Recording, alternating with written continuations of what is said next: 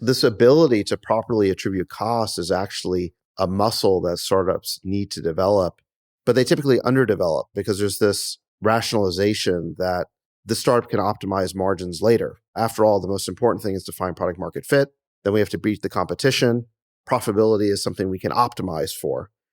That's generally true as long as there are profits to be optimized. The problem is when you discover at a very late stage that there aren't any profits because the company has negative economics, and then you're in this mode of needing to find the scalable model when you're already at scale, which is a contradiction in terms and leads to the brutal restructuring.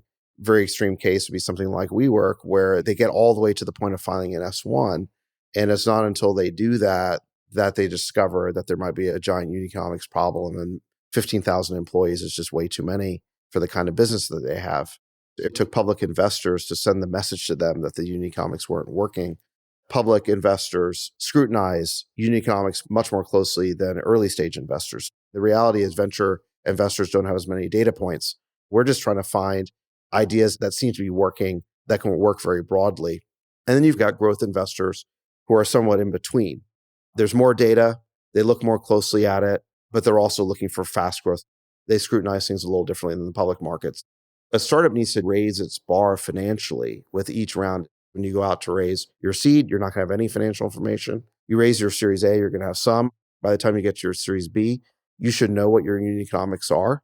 A good growth investor won't want to invest unless you have positive unit economics.